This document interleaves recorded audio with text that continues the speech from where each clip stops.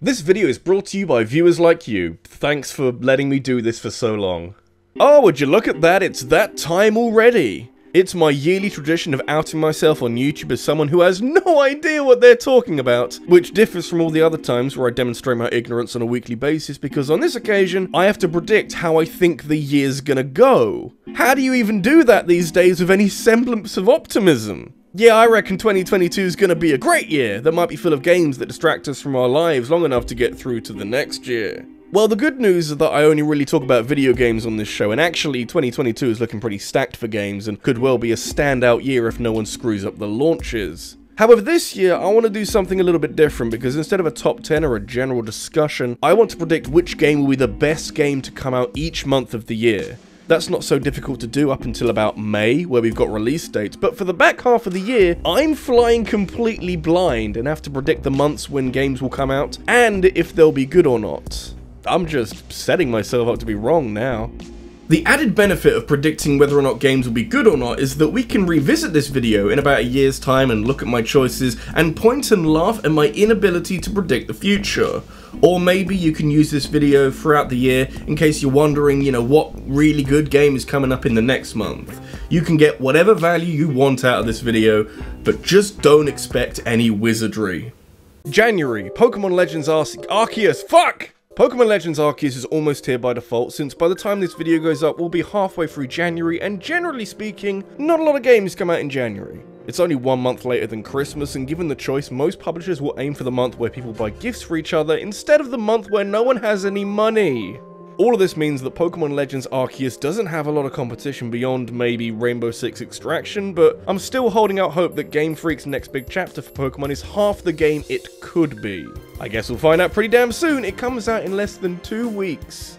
I'll admit that I've lost a bit of confidence in Legends ARCEUS. Those early trailers were super promising for potentially taking Pokemon in an exciting open world direction, and finally injecting a true sense of adventure into a franchise that has been struggling with that for years, but despite the new info being drip-fed gradually over time, I feel like it hasn't improved enough for me to be totally confident that Legends ARCEUS will knock it out of the park. It's Pokemon, and those fans are rarely happy, but there's still enough here to be decently excited that this alternative take on the traditional Pokemon formula, with real-time catching and tactical retreats from terrifying beasties, might be good. Please, for the love of ARCEUS, please don't be terrible. February, Elden Ring. Oh man, February is going to be really fun as soon as I don't have to pick one best game from the month, because some geniuses decided to release Horizon Forbidden West in the same month as Elden Ring, From Software's latest Dark Soulsy adventure, but expanded across an open world setting. This is basically the only tricky choice I have to make in this video, since I would have talked about both of these games if I was making the video the same way I usually do, but I have to choose which game I reckon will be the best from February, and I don't really know. Actually, I do, since Elden Ring had a technical test demo thing that was pretty spectacular, and I haven't played Horizon yet, so I have to go with what I know, and with From Software's track record, the safe money is on Elden Ring being one of the best games of the year, with Horizon not far behind.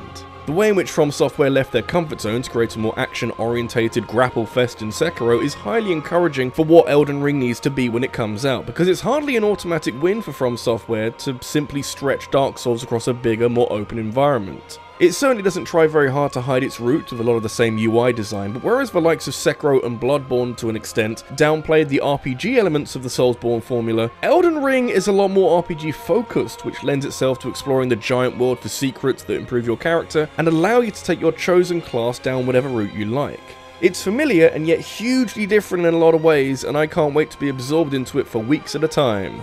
And hey, they even brought George R.R. Martin along to help write it, so there's gonna be lots of lore, and I'm gonna die like 1,000 times. Wouldn't have it any other way though. March, Kirby and the Forgotten Land. Well, this is where I was gonna talk about Gran Turismo 7 and talk about how amazing the graphics are gonna be, but then Nintendo released a trailer for Kirby and the Forgotten Land a few days ago with a March release date, so thanks, I guess. It makes sense though, since Nintendo have a habit of only giving Kirby games a little bit of build up before releasing them onto the world, fully aware that Kirby fans aren't necessarily waiting with bated breath for the next tiny detail about their new game. Kirby and the Forgotten Land could definitely use some more details though, since I'd love to know how Nintendo justify why Kirby is roaming around some post-apocalyptic wasteland that points to some sign of formerly having human life. Did Kirby just eat everyone? I need to know, and I don't think Nintendo will tell me until I play the game, so there's no reason to hang around, is there? Kirby's been in a really good place of late with a string of amazing games, and while Star Allies couldn't quite match up with the caliber of games that Kirby's been involved with recently, it's still a very impressive library of games. Kirby and the Forgotten Land is special though, because this marks the first time that the franchise is going into 3D. Not the 3D models in a 2D platformer of older games, this is legit exploration on 3 different axes, and I for one am fascinated to see how this all works out. I'm not sure what a truly 3D Kirby game will feel like when compared to how Nintendo makes Mario games, but I have faith that everything will work out nicely in the end. Or at least slightly better than the Forgotten Land and all those dead humans. Maybe Kirby was the apocalypse all along. April, Stalker 2 Heart of Chernobyl. Before there was the Metro series of first-person shooters set in a post-apocalyptic, really shitty version of Russia, there was the big daddy of them all, Stalker Shadow of Chernobyl. Which, if you haven't played that game, you can kind of pick up a vibe that tells you how bleak life is considering what happened to Chernobyl in real life. Well, that was 2007, and in April 2022, that game is finally getting a motherfucking sequel, having been originally announced in 2010, but lost amidst a dispute over IP rights and a suspended Kickstarter campaign, and generally being left on the side for other projects. But now we've got trailers and a release date, and there's no way this can go wrong.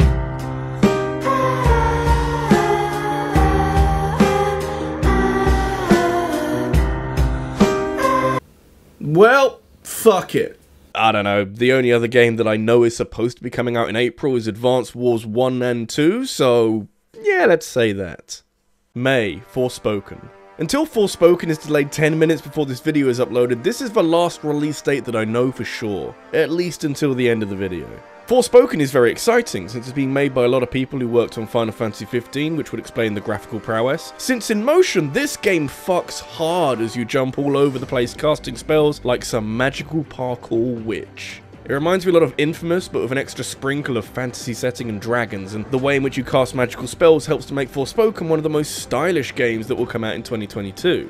I remember that Project Athea trailer from a couple of years ago that was definitely designed to show off the sheer scope of the game, along with some of its incredible visuals, and while Forspoken has scaled those things down, as you'd expect when a concept trailer becomes reality, I'm still amazed at how crazy the movement is in this game. My slight worry is that the world looks a little bit empty, but if they can fill it full of things and structures that necessitate this kind of acrobatic movement options, then we might be onto something wonderful. If not, recycle some of those ideas for the next Final Fantasy. Waste not, want not. June, GHOSTWIRE Tokyo.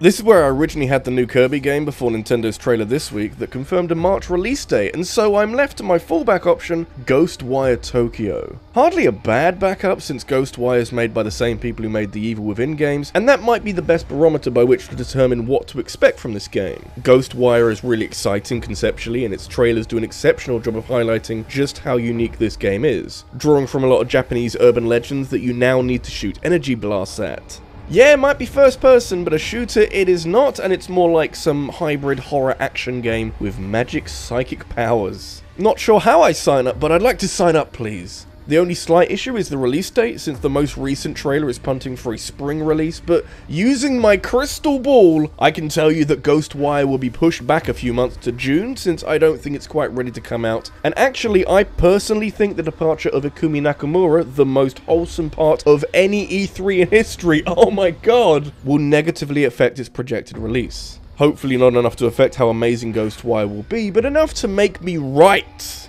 As long as it's still spooky, that's fine by me. July, Mario & Rabbids Sparks of Hope. Yeah, how many of you out there forgot about this game? I've tried to, since the game that shares my likeness seems to be downplaying the significance of RabbidLuigi in favour of Rabbid Rosalina, and this monstrosity, but actually this new Mario & Rabbids game is kind of interesting, since it isn't aiming to be some kind of reheated extension of the first game, and will actually include more real-time strategy elements. Like, I feel people wanted a sequel to Kingdom Battle because the combat was so solid, and yet the devs are making changes on something that was already pretty amazing?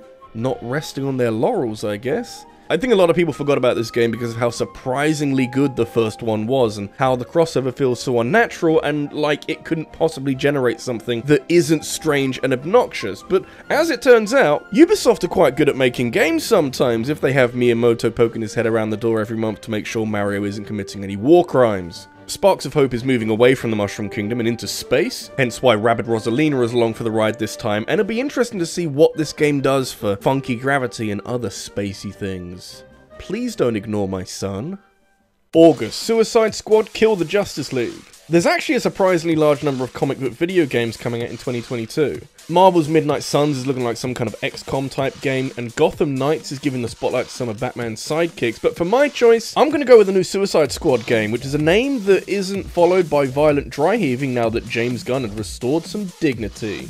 This is now an exciting concept for a game that is definitely going to come out in August, because that seems like the right thing to do and it will make me right. And I'm specifically looking forward to it more than the other superhero games because Rocksteady are involved. The same guys who understood exactly the best way to create a trilogy of Batman games. The tone seems a tad bit different this time around, as does the general look and feel of the game, but the encouraging thing is that Rocksteady haven't done much since the Arkham games.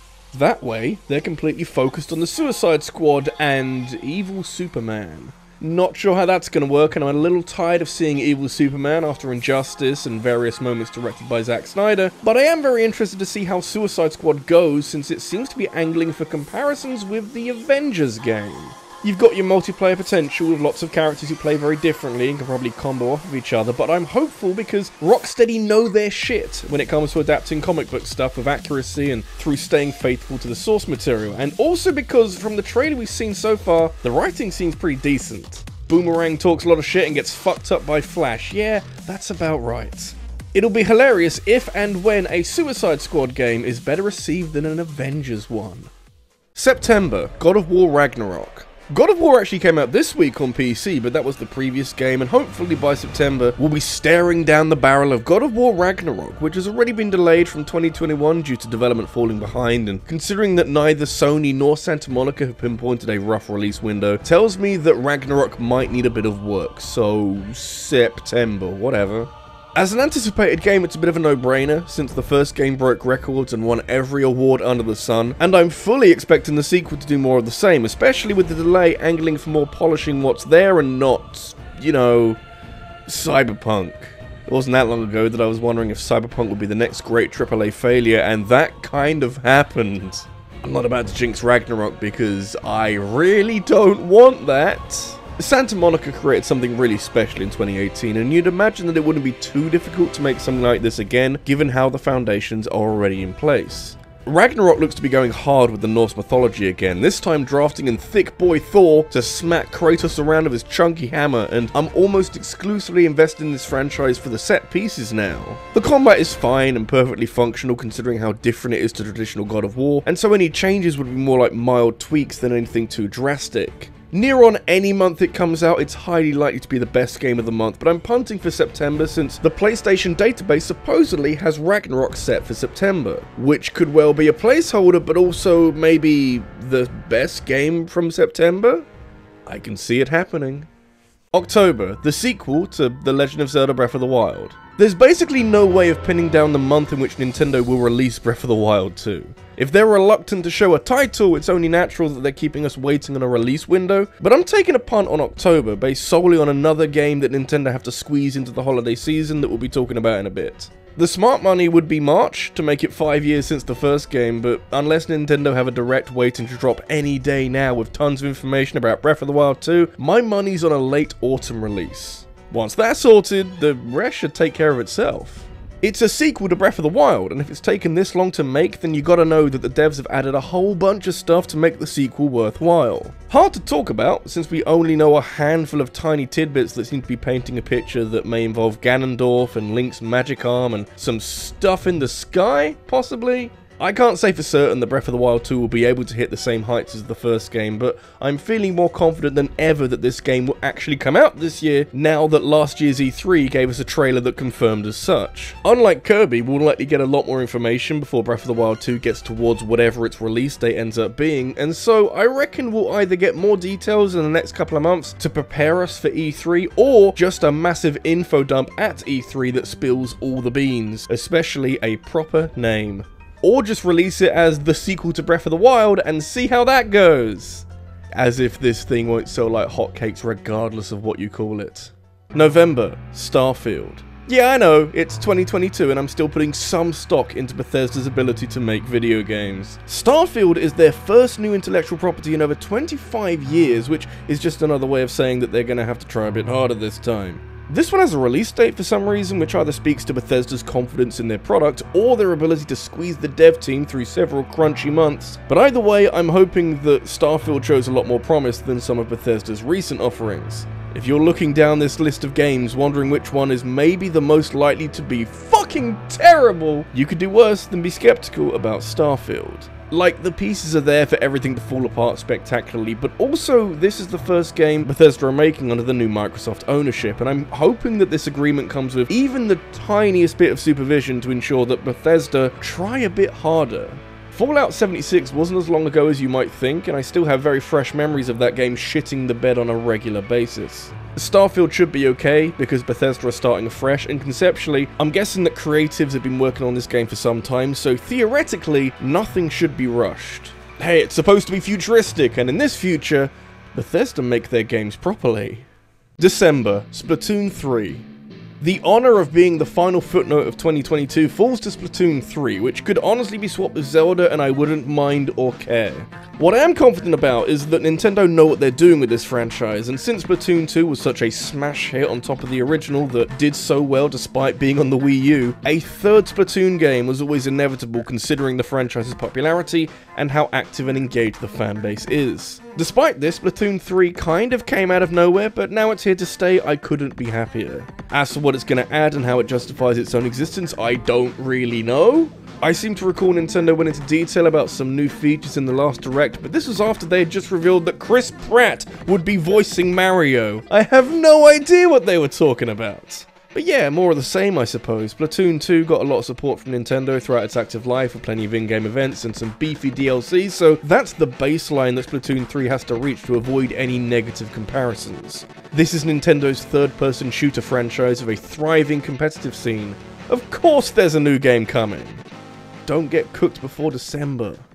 What do you think are going to be the best games to come out this year? Why are you on my lap? Are you going to help the video? I don't know. So yeah, those are my predictions for the best game of every month in 2022. I don't know if any of them are actually going to come out in the right month, and if they might actually be good or not, but, you know, let me know if you agree. Do you think I'm insane? Do you think that, you know, I've missed a game out? Let me know, and, you know, I'll disagree. If you enjoyed the video, make sure to leave a like and subscribe for more in the future, and if you want to watch a video right now, there's a video here about how terrible Watch Mojo are. I also want to thank my top supporters on Patreon, including Jerome Sankara, AJ887, and the Green Scorpion.